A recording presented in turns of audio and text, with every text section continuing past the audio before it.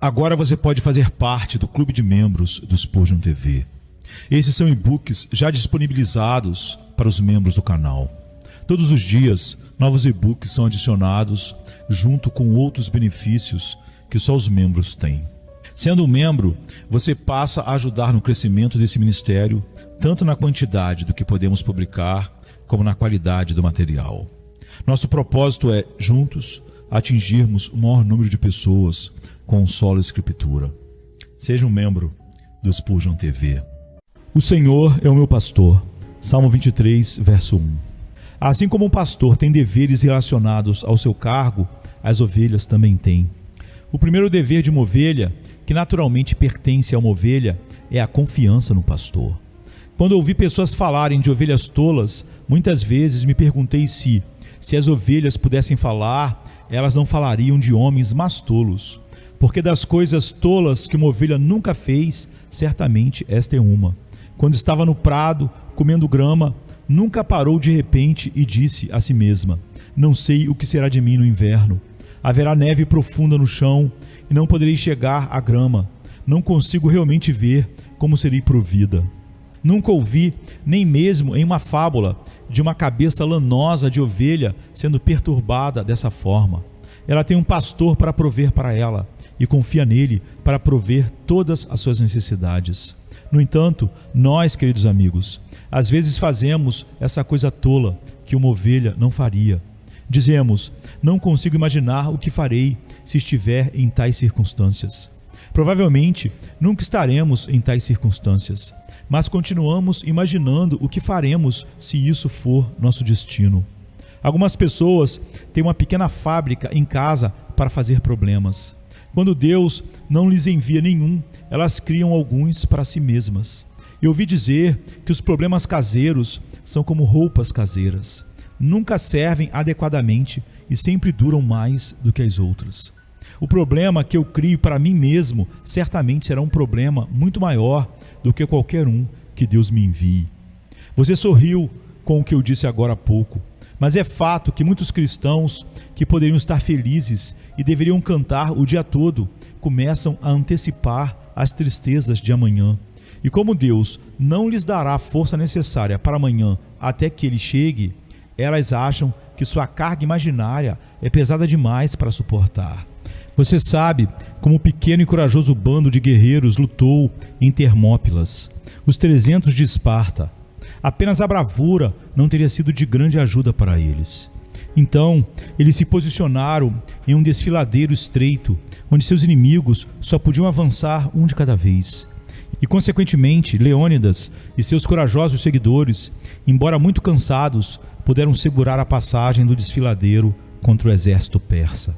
Agora, querido, você está no desfiladeiro estreito do hoje. Portanto, enfrente seus problemas um por um.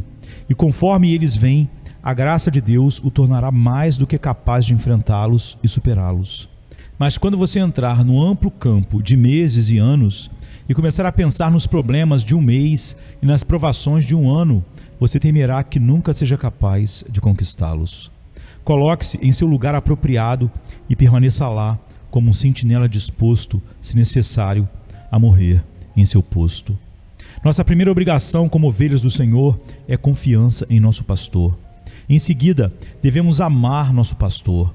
Dr. Thompson, em seu admirável trabalho Na Terra do Livro, nos conta que no Oriente, muitas vezes, surge uma intimidade entre o pastor e suas ovelhas.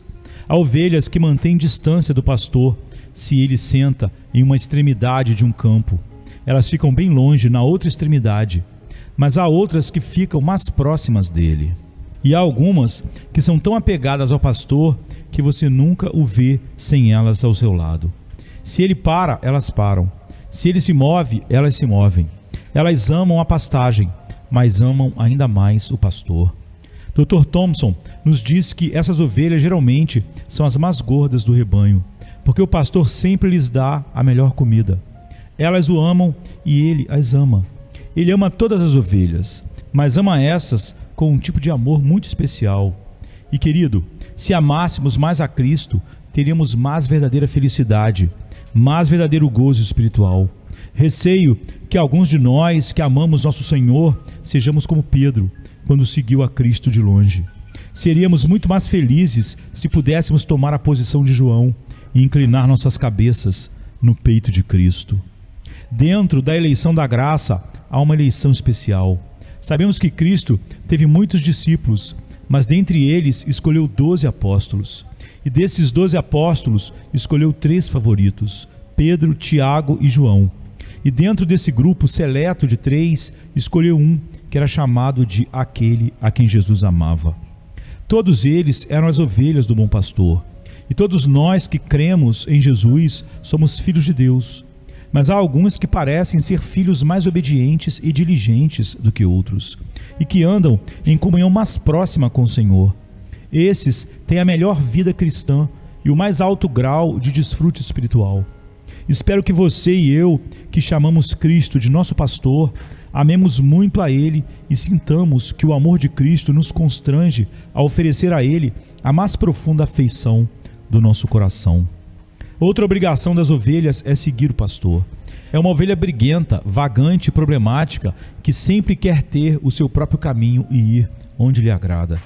É verdade que o pastor ainda ama a ovelha que está vagando e a procura até encontrá-la. Mas há outra coisa que ele faz, que as parábolas não nos contam. Ele pune a ovelha vagante. Quando o pastor encontra a sua ovelha vagante, ele se alegra com isso. Mas toma cuidado para que a ovelha não se alegre e a faz sentir triste por ter se afastado dele. Nos é dito por aqueles que observaram as ovelhas sírias que elas muitas vezes são mancas. Um pastor que foi questionado por um cavalheiro sobre o que fez uma certa ovelha mancar, respondeu: eu fiz essa ovelha mancar de propósito, porque ela sempre andava vagando e eu não podia perder tempo indo atrás dela. Então eu a fiz mancar e agora ela não pode mais se afastar. Às vezes, quando as ovelhas têm andado vagando, elas recebem um golpe tão forte do cajado do pastor que você pensaria que isso quebraria suas costas. Certamente, isso é o que você e eu receberemos se formos as ovelhas de Cristo e persistirmos em vagar. Assim como o pastor do Oriente, ele nos fará mancar porque não nos perderá. Ele até nos baterá porque nos ama. Se filhos obedientes escaparão do castigo ou não, é certo que aqueles que são desobedientes terão que sofrer por isso, assim como seu Pai os ama.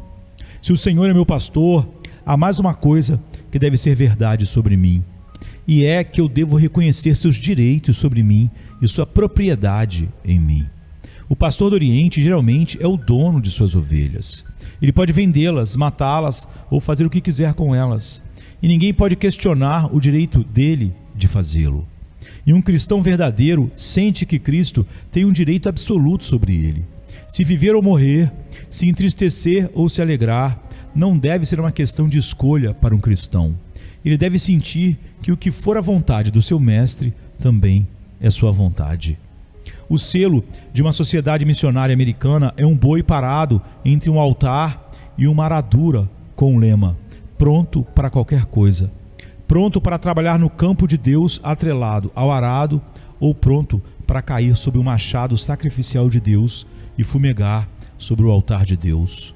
Pronto, como Paulo, para ser oferecido quando chegar a hora de partir desta vida. Não temos uma ideia verdadeira dos direitos de Deus sobre nós, nem mesmo de nossa própria condição diante dele, a menos que sintamos que somos as ovelhas do seu pasto e que ele pode fazer conosco exatamente o que quiser. Não devemos falar levianamente, como se todas as promessas da Escritura pertencessem a todos nós. Pois, meu caro amigo, pode ser que o Senhor não seja seu pastor. E se for esse o caso, a porção da ovelha não é sua. Devemos ter muito cuidado para não colocar as promessas de Deus nas mãos daqueles a quem elas não pertencem. Outro dia, vi um pequeno folheto com este título: É certo que Deus te ama. E o queimei, pois tinha medo de que alguém que não tinha direito a ele pudesse vê-lo e acreditar que era verdade. Não acredito que Deus ame todos os indivíduos que possam pegar aquele folheto no sentido em que tal indivíduo entenderia a expressão. Eu sei que Deus ama, de certa forma, todas as criaturas que Ele criou, Mas esse amor não me traz conforto enquanto eu sou um pecador não reconciliado sob condenação por não ter crido no Filho amado de Deus. Eu não ousaria dizer para cada um de vocês: o Senhor é o seu pastor, porque não acredito que todos vocês sejam suas ovelhas. Não posso deixar de temer que haja alguns aqui que não tenham parte nessa questão, porque ainda estão na amargura do fel e no laço da iniquidade. Vou fazer algumas perguntas a vocês ou apontar algumas características daquele que pode dizer: o Senhor é o meu pastor. Se eu sou a ovelha do Senhor, terei algo da disposição de uma ovelha. Perceberei que seu Espírito trabalhou em mim, pelo menos alguma gentileza divina. Conheço alguns cristãos professos que parecem mais com lobos do que com ovelhas. Eles estalam as mandíbulas como fazem os lobos, e sua fala parece um uivo de lobo. Eles não gostam disso, odeiam aquilo e não podem suportar o outro. Na verdade, nada os agrada. Uma ovelha tem suas preferências e desgostos, mas não rosna, estala, uiva ou resmunga.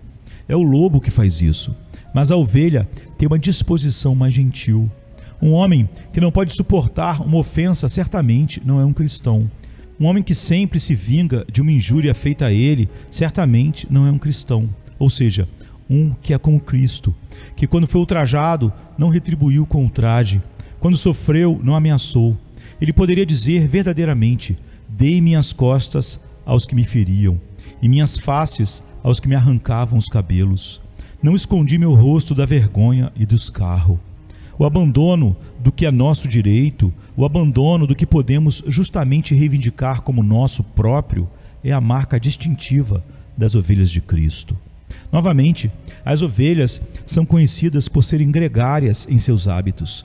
Elas sempre gostam de estar em rebanhos, e sabemos que passamos da morte para a vida porque amamos os irmãos. Muitas vezes tem louvado o Espírito Santo por ter inspirado João a escrever esse verso. E é bastante possível que alguns de vocês, queridos amigos, quando não puderem encontrar nenhuma outra evidência de graça, tenham se alegrado com esse buraco de rato em que sua pobre alma tentada e tímida poderia se esconder. Sabemos que passamos da morte para a vida porque amamos os irmãos. Um amor genuíno pelos verdadeiros filhos de Deus é um sinal seguro de que somos ovelhas de Cristo, assim como o fato de que as ovelhas se juntam ajuda a provar que elas são ovelhas. Que tenhamos mais desse amor por todos os nossos irmãos e irmãs em Cristo. Não apenas amor por alguns santos, porque são nossos parentes, ou porque pertencem à nossa denominação, ou porque concordam precisamente conosco em sentimentos, mas um amor por todos os santos, como santos, por amor a Cristo.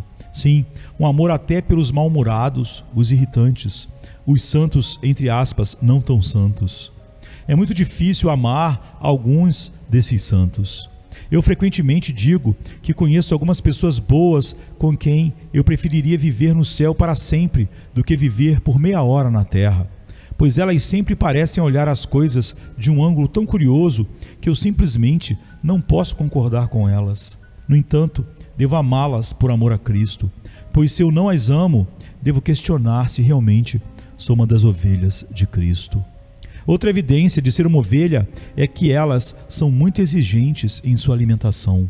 Um lobo pode comer o que as ovelhas não tocarão, pois as ovelhas só podem se alimentar do que é doce e limpo. Já ouvimos falar de alguns cristãos professos que podem desfrutar de alimentos bastante questionáveis. O Sr. Roland Hill tinha um homem em sua igreja que costumava ir a espetáculos questionáveis. E quando o Sr. Hill o questionou sobre como ele poderia fazer uma profissão cristã e ainda frequentar tais lugares, ele disse: bem, você vê, Sr. Hill, eu não vou lá com frequência, só vou ocasionalmente, apenas para me divertir um pouco. Ah, disse o bom ministro, então você é pior do que eu pensava. Então ele usou essa ilustração. Suponha que alguém espalhasse um boato de que o Sr. Hill estava acostumado a comer carniça. Bem, seria uma história horrível, mas suponha que eu dissesse: ah não, eu não como carniça todos os dias como um artigo comum da minha dieta. Só como um pouco de vez em quando para me divertir. As pessoas diriam, e com razão: que gosto repugnante ele deve ter. Que apetite horrível chamar isso de divertido quando é tão nojento. Então, meu amigo, quando você diz que não se junta a determinadas coisas, exceto às vezes para se distrair, isso prova em que direção o vento sopra em sua alma e mostra a direção na qual seu coração está inclinado. Isso prova que você realmente ama o pecado, ou não o saborearia como uma iguaria deliciosa sob a língua. Ó, que Deus nos ensine, pela sua graça, a estimar o verdadeiro valor de nossas ações, não pela sua aparência externa, mas pelo desejo do nosso coração que nos impulsiona a elas.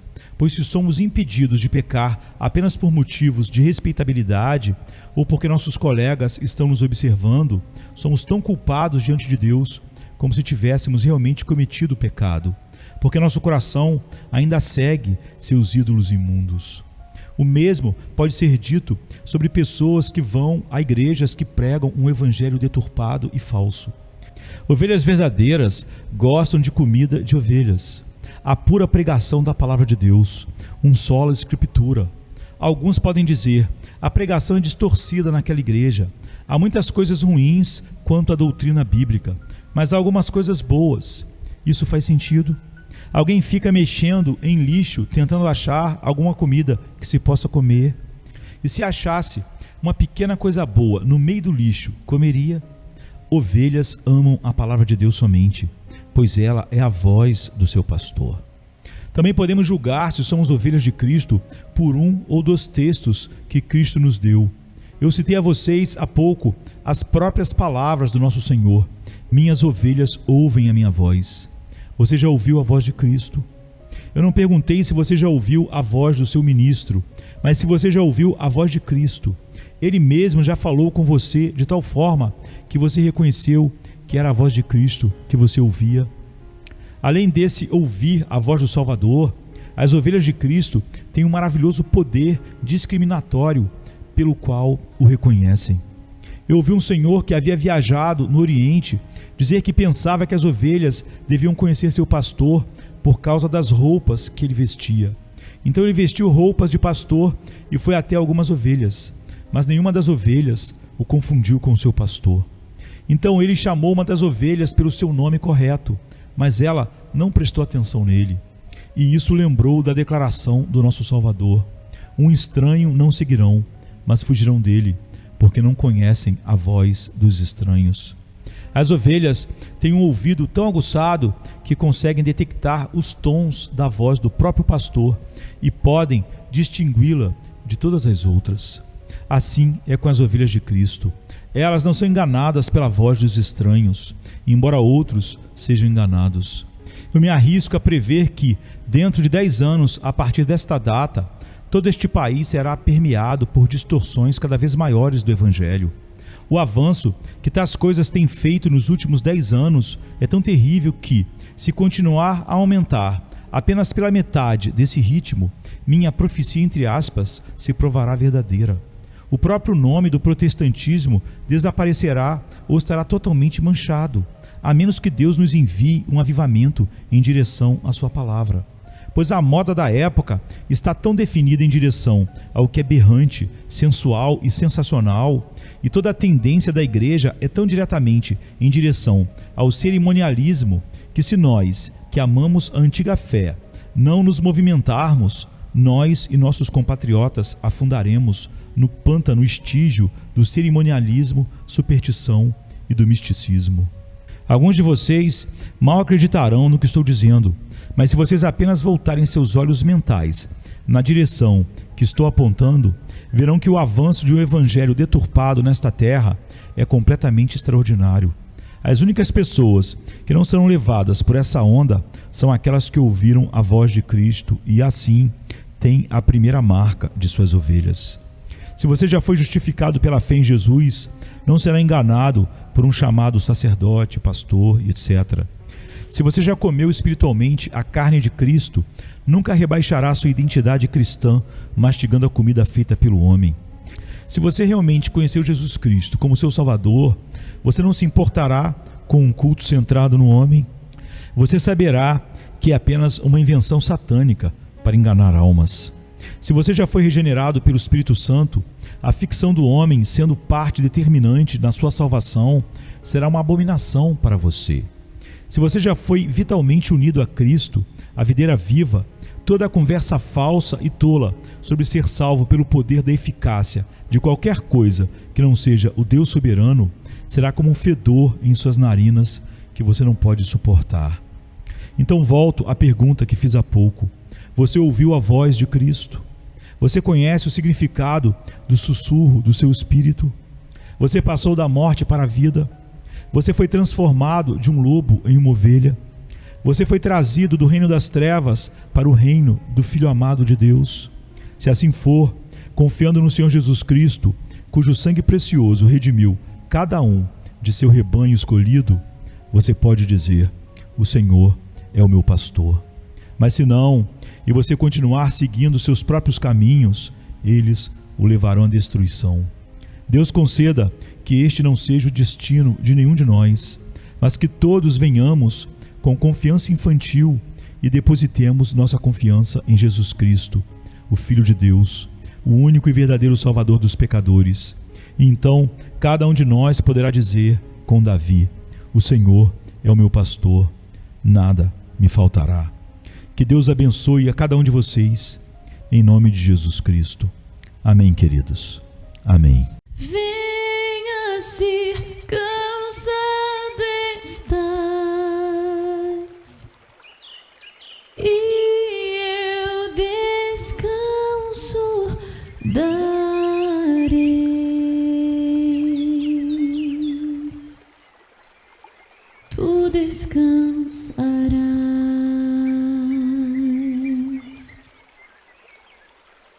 Venha a mim se não tens paz, e eu darei paz sem fim. Terás paz sem fim. O meu jugo é leve, o meu fardo graça dá. Tome tua cruz, te darei a paz.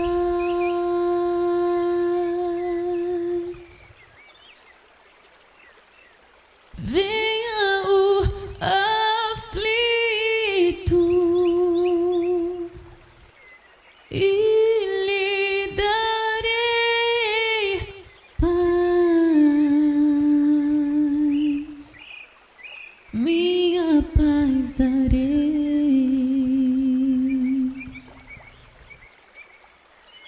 Venha a mim na dor sem fim, e eu darei paz,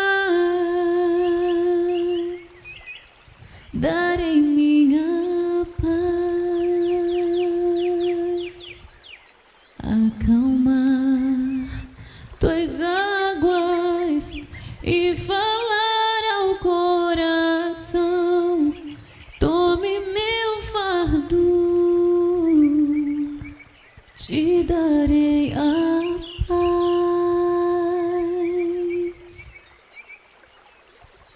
Venha a mim,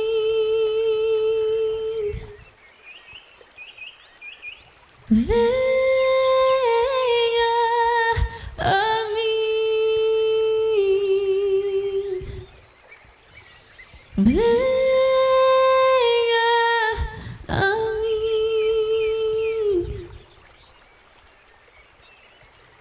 A minha graça te chama,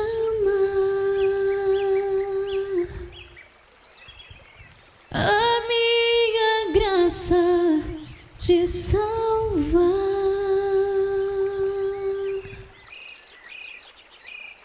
Venha a mim se triste estás, minha alegria terás. Alegria